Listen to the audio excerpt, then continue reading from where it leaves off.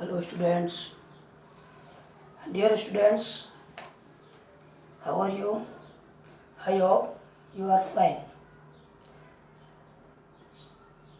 Today we are going to discuss the topic of the day. The topic is present perfect tense. Present perfect tense से पहले हमने present indefinite tense और present continuous tense को discuss किया। उसमें देखिए सबसे महत्वपूर्ण है आपके लिए यूजेस। तो आप क्या करेंगे, आपको उसके यूजेस को थोड़ा सा ढंग से पढ़ना है और यूजेस ही एरर पार्ट में आते हैं, और यूजेस ही आपको और जो ग्रामर आप सीखोगे उसमें काम आते हैं। जब आप कोई भी सेंटेंस बनाओगे तो वो यूजेस के अकॉर्डिंग बनते हैं, तो आप थोड़ा सा यूजेस पे ध्यान दें। और उसका जो वर्ब पैटर्न है वो हमने सीख लिया, स्ट्रक्चर कैसे बना ये हमें पता है, तो इन बातों पर थोड़ा सा याद अपना अटेंशन लगाएं। अब यहाँ देखिए, अब हम पढ़ेंगे प्रेजेंट परफेक्ट टेंस। अब यहाँ देखो प्रेजेंट परफेक्ट टेंस में प्रेजेंट कंटिन्यूस टेंस के मैंने सारे स्ट्रक्चर आपको लिखा है, बाकी आप आराम से बना सकते हैं उससे संबंधित। और थोड़ा सा यदि आपको कोई प्रॉब्लम है तो आप प्रश्न कमेंट्स में करके पूछ लें, मैं इसको यहाँ समझा दूंगा। अब यहाँ देखिए, अब हम बात करते हैं प्रेजेंट परफेक्ट टेंस की। देखो ये टेंस ऐसा टेंस होता है कि ये किसको दर्शाता है, कंप्लीटनेस को दर्शाता है। किसको बताता है, ये कंप्लीटनेस को दिखाता है। कंप्लीटनेस किसी कार्य की पूर्णता को ये बताता है। और इसकी एक विशेषता और होती है कि जो कार्य इसमें पूरा होता है उसका कुछ प्रभाव प्रेजेंट पर भी होता है, यानी कि वर्तमान में भी उसका प्रभाव दिखाई देता है। जो कार्य पास्ट में पूरा हो गया लेकिन उसका प्रभाव वर्तमान में भी है, तो उस कंडीशन में हम क्या लगाएंगे, प्रेजेंट परफेक्ट टेंस लगाएंगे। ठीक है, तो कहाँ इसका यूज होता है, यूज इसको हम पढ़ेंगे, लेकिन उससे पहले थोड़ा सा आप ये जान लें कि इसकी देखो जो बच्चे बिल्कुल जीरो से पढ़ रहे हैं उनके लिए मैं थोड़ा सा ये समझा दूं कि जब हम पढ़ते हैं छोटी क्लासों में आपने पढ़ा होगा कि चुका है, चुकी है, चुके हैं, तो ये शब्द आपने पढ़े होंगे, किसी क्रिया के साथ लगाकर आप वाक्य बनाते हो। लेकिन फ्रेंड्स ये याद रखें, इसमें महत्वपूर्ण ये पहचान नहीं होती, इसमें महत्वपूर्ण वाक्य की स्थिति होती है कि वाक्य में जो क्रिया है वो किस कंडीशन में है, इसके अकॉर्डिंग, अर्थात उसके जो यूज हैं उसके अकॉर्डिंग ये वाक्य बनाने पड़ते हैं। लेकिन जो बच्चे अभी सीख रहे हैं उनके लिए मैं थोड़ा सा बता दूं कि चुकाया चुकी की जगह आप ये समझें कि क्रिया के साथ ये वर्ड लगाएं, आ है, ई है और ए है। अब इसमें क्या है, सभी साउंड आ जाती हैं, चाहे आप कह लें चुका है, खाना खा चुका है, तो इसमें आए आ रहा है, खाना खा लिया है, इसमें आ रहा है, उसने मुझे पुस्तक दे दी है, ये आ रहा है। तो ऐसे आप इनको याद रखोगे तो ये जल्दी आपकी थोड़ी समझ में आएंगे, चुका है चुकी है से नहीं आएंगे। तो ये मात्राएं साउंड दे रही हैं कार्य के पूरा होने का क्रिया के साथ लगने पर। अब चाहे वो वर्ड कैसे भी बन जाए, ठीक है, उसने खाना खा लिया है, लिया है आ रहा है, अब देखो उसमें लिया है आ रहा है, चुकाया नहीं आ रहा है। ठीक है, तो ये थोड़ा सा हमें याद रखना है। और दूसरी बात, इसके यूजेस तो हम पढ़ेंगे ही, सबसे महत्वपूर्ण बात इसमें क्या है कि कार्य पूरा होना इसमें दिखाया जाता है। ठीक है, तो ये आपको थोड़ा सा समझना है। अब इसके लिए आप देखें इसकी हेल्पिंग वर्ब क्या होती है। इसकी हेल्पिंग वर्ब हम जानते हैं हैज या है होती है। ठीक है, आप जानते हैं अगर सिंगुलर सब्जेक्ट है तो उसके साथ क्या लगाएंगे हम, सिंगुलर सब्जेक्ट के साथ हैज लगाएंगे। अब यहाँ देखो, अब हमारा सब्जेक्ट यदि आई, वी, यू, दे, इन किसी प्रोनाउन के साथ आ रहा है या कोई प्लूरल सब्जेक्ट आ रहा है, तो इन सब के साथ हम क्या लगाएंगे, हैव लगाएंगे, और सिंगुलर सब्जेक्ट के साथ हम क्या लगाएंगे, हैज लगाएंगे। एक तो आपको ये याद रखना है।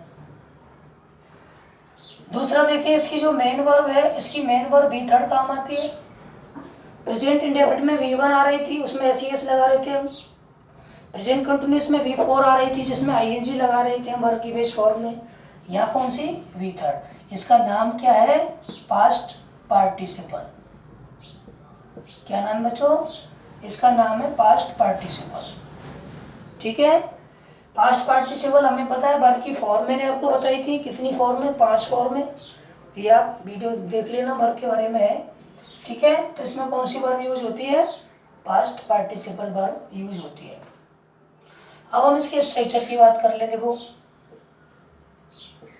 इसमें स्ट्रक्चर जैसे पहले बना उसी तरह से देखें, अफर्मेटिव बना लो।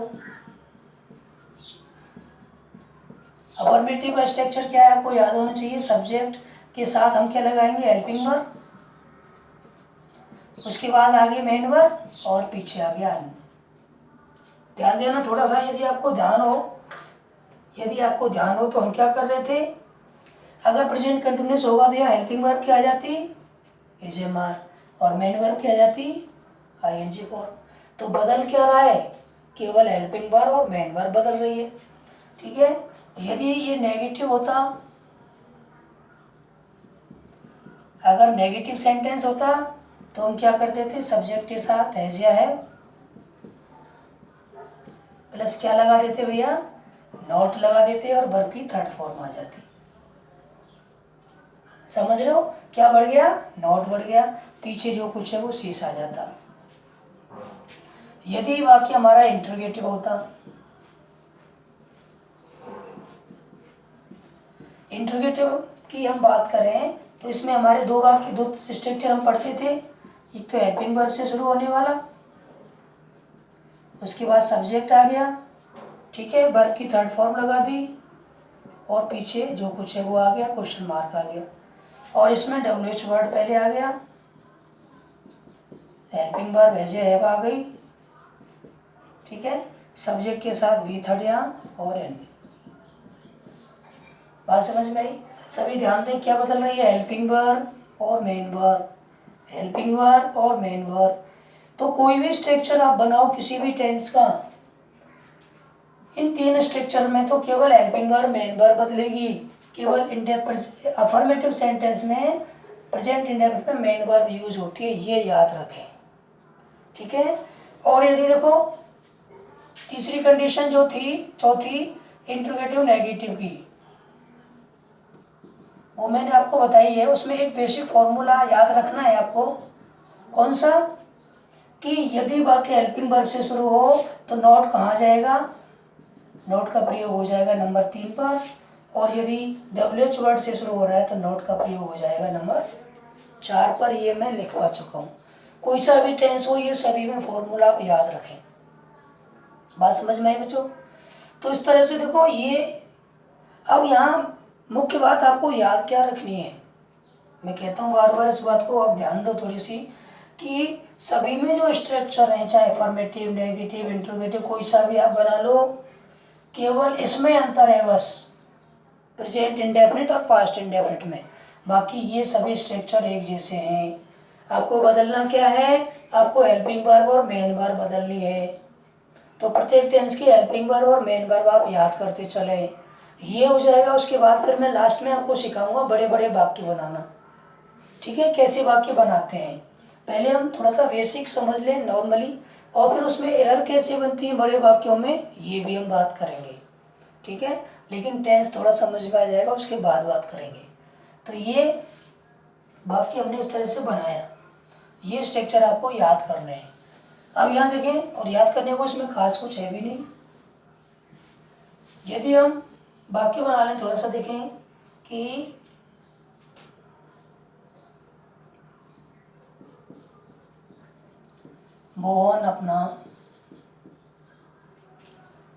मोहन ने अपना गृह कार्य कर लिया है। देखो वाक्य को थोड़ा समझें, वाक्य को आप देखोगे तो ये महसूस होगा कि कर लिया है, अब कह रहा तो वो फ्री क्यों बैठा है, क्योंकि उसने कार्य कर लिया है, तो उसका प्रभाव वर्तमान पर भी है। क्यों बैठा है फ्री, क्योंकि कार्य कर लिया है। मैंने खाना खा लिया है, मैं खाना खा लिया है मैंने, तो दोबारा नहीं खाऊंगा जब तक मुझे भूख नहीं लगेगी। अर्थात जब मैं इस बात को कह रहा हूँ तो उसका प्रभाव मेरे ऊपर अभी भी है। ये हमें देखना है। तो मोहनिया हो गया सब्जेक्ट, हुआ कि नहीं बताओ। अब मैंने कहा था आ है, तो क्रिया क्या आ गई, करना। क्या करना, गृह कार्य। ये तो टेंस यानी कि बाकी को जोड़ने के लिए बना देते हैं, करना। अब उसके पहले साई के लिए क्या लगा देंगे, हैज, करने की साइकिल, डू मेन वर्ब, उसकी थर्ड फॉर्म डन। मोहन आ गया, क्रिया आ गई, क्या बचा, अपना गृह कार्य, हिज होमवर्क। समझ गए। और यदि इसी का नेगेटिव बनाओ तो यहाँ क्या आ जाएगा, नॉट आ जाएगा। और यदि इसी का हम इंटरोगेटिव बनाए तो ये हैज पहले आ जाएगा। ठीक, जब हैज यहाँ निकल के आ गया तो ये सब पीछे रह गए कि नहीं रह गए, हैज यहाँ आ गया, उसके बाद सब्जेक्ट, फिर मेन वर्ब। बताइए, क्वेश्चन मार्क आ गया। और यदि डब्ल्यूएच वर्ड पहले लगा दें तो ये सब पीछे रह गए। तो ये थोड़ा सा हमें याद रखना है, हमें पैटर्न याद होगा तो नॉर्मली आप कोई भी वाक्य बना सकते हो। ठीक है, तो ये आप ध्यान रखें। अब देखिए इसके यूज आप समझ लें थोड़ा सा। यूज में पहला नियम वही करेंगे, कोई ऐसा कार्य जो भूतकाल में हुआ लेकिन उसका प्रभाव वर्तमान पर भी है।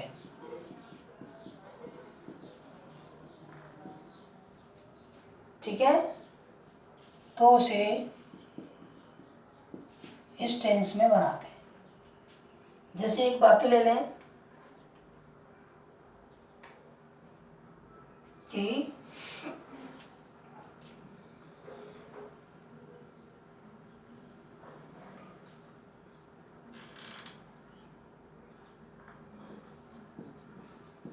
मैंने खाना खा लिया है।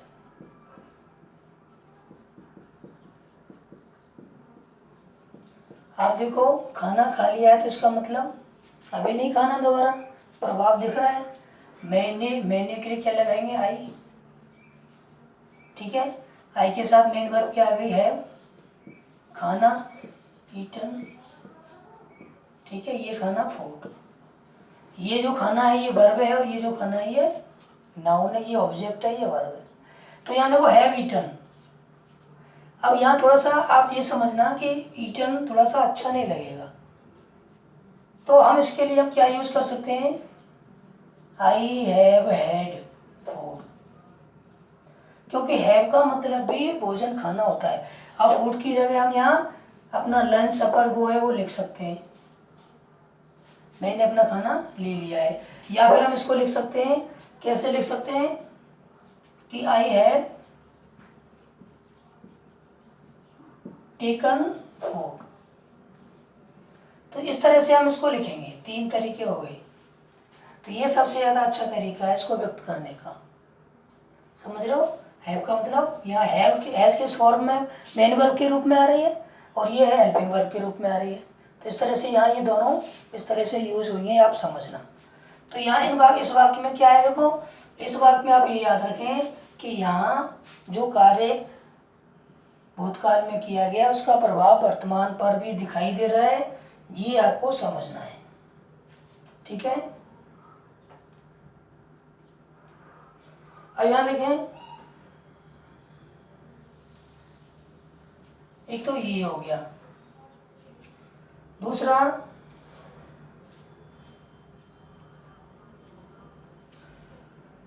एक बात मैंने बताई थी कि कुछ क्रियाएं ऐसी होती हैं जो अपने साथ आईएनजी फॉर्म नहीं लेती। ठीक है, अगर उनमें से कोई क्रिया इसमें आ रही है और कार्य अभी अभी हुआ है ऐसा प्रतीत हो रहा है, ठीक है, तो उन जो क्रियाएं यानी कि टाइम बताते हुए वाक्य में आ रही हैं। अब हम आगे पढ़ेंगे, देखो प्रेजेंट परफेक्ट कंटिन्यूअस, उसमें समय दिया जाता है। जैसे मैं 2 घंटे से पढ़ रहा हूँ, ठीक है, या समय दिया है तो समय के साथ क्रिया आ रही है, पोर्शंस के साथ कोई इस तरह से क्रिया आ रही है लेकिन उसमें आईएनजी फॉर्म नहीं आ सकती, तो हम उसको किस में व्यक्त करेंगे, उस क्रिया को हम इसी टेंस में व्यक्त करेंगे। जैसे एक एग्जांपल देखें, एक वाक्य में यहाँ लिख रहा हूँ,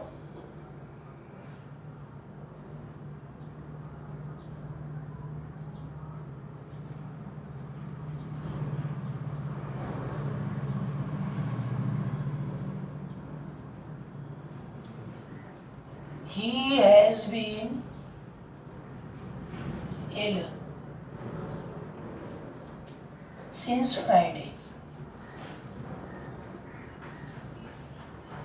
यहाँ पर बी वर्ब होती है। यहाँ देखें, अगर इस वाक्य की हम हिंदी बनाएं कि वह सोमवार से बीमार है, कैसे बनाएंगे, वह सोमवार से बीमार है, वह सोमवार से बीमार, सॉरी फ्राइडे यानी कि शुक्रवार से बीमार है, टाइम दे दिया। तो सिंस और इसके साथ जब बी वर्ब आती है तो बी किस में आएगी, आईएनजी फॉर्म में नहीं आएगी, ठीक है। अब टेंस, अब इसको हम क्या करेंगे, बी को इसकी थर्ड फॉर्म यूज कर देंगे और इसकी हेल्पिंग वर्ब यहाँ लगा देंगे, ठीक है। बी की थर्ड फॉर्म हो गई बीन, और इस टेंस की सहायक्रिया क्या यूज कर दी हमने, हैज लगा दी। मैं उसे 2 वर्षों से जान रहा हूँ, जैसे हम कहें मैं उसे 2 वर्षों से जान रहा हूँ, तो कैसे बनाएंगे, I have known him for 2 years। यहाँ पर वर्ब एंड डू। ध्यान देना, ये बच्चे अक्सर ये रट लेते हैं 10 छोटी क्लासों में कि सिंस फॉर ऑल के साथ अगर टाइम आ रहा है तो क्रिया में हैज बीन है, बीन के साथ आईएनजी फॉर्म लगा दो, ये वो याद कर लेते हैं। लेकिन याद रखना बच्चों, नो ऐसी वर्ब है जिसके साथ आईएनजी फॉर्म नहीं आती, ठीक है। तो इसको फिर किस में बनाएंगे, प्रेजेंट परफेक्ट टेंस में बनाएंगे। तो इसकी थर्ड फॉर्म आ गई नॉन और ये आ गया है। बात समझ में आई? तो ये इस तरह से इसमें आपको याद रखना है। अब इसमें एक तीसरा नियम यहाँ लिख लेना कि जो क्रियाएं आईएनजी फॉर्म में नहीं आती, ठीक है, और सिंस फॉर अथवा ऑल के साथ उनको प्रेजेंट परफेक्ट टेंस में व्यक्त किया जाना हो लेकिन आईएनजी फॉर्म की वजह से उसमें व्यक्त नहीं कर सके, तो उनको हम प्रेजेंट परफेक्ट टेंस में व्यक्त करते हैं, ये आप लिख लेना। तीसरा वाक्य, यदि किसी वाक्य में एडवर्ब्स, कौन कौन से एडवर्ब्स हैं उनको लिख लो, yet, as yet, already, recently, just now, so far,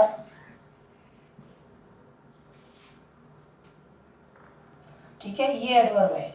अगर ये एडवर्ब वाक्य में आ रहे हैं तो आप उसमें कौन सा टेंस लगाओगे, प्रेजेंट परफेक्ट, यानी कि हैज या हैव के साथ क्या लगाएंगे भैया, वर्ब की थर्ड फॉर्म, ठीक है। तो ये आप थोड़ा सा याद रखें। इसका एग्जांपल लिखना चाहें लिख लें। उसने अभी अभी अपना गृह कार्य खत्म किया है, he has just finished his homework. तो यहाँ जस्ट आ गया, हैज के साथ फिनिश्ड भी थर्ड आ गई। उसने अभी अभी अपना गृह कार्य समाप्त किया, तो he has just finished his homework. तो ये इस तरह से जो प्रेजेंट परफेक्ट टेंस है, और थोड़ा सा हम आगे इसके बारे में डिस्क्रिप्शन करेंगे। तो आज के लिए इतना ही, आप ये नोट कर लें। ज़्यादा से ज़्यादा बच्चों तक वीडियो को शेयर करें, लाइक करें, कमेंट्स करें, चैनल को सब्सक्राइब जरूर कर लें। यदि आपको पूरी ग्रामर सीखनी है तो मैं पूरी ग्रामर यहाँ सिखाऊंगा, जो भी कंपटीशन एग्जाम में आती है, चाहे वो आपकी किसी भी क्लास में आती है। आप चाहे 9th के स्टूडेंट हों, चाहे आप किसी बड़े कंपटीशन की तैयारी कर रहे हों, ये वीडियो आप सभी के लिए महत्वपूर्ण रहेगी, ठीक है। तो प्लीज़ चैनल को सब्सक्राइब जरूर करें। यदि प्रॉब्लम कोई आपको आती है तो आप कमेंट्स करके प्रश्न जरूर पूछें, और उसका समाधान, उसका सॉल्यूशन आपके लिए ज़रूर किया जाएगा, ठीक है बच्चों। ये आप लिख लें। मिलते हैं नेक्स्ट वीडियो में। Thank you.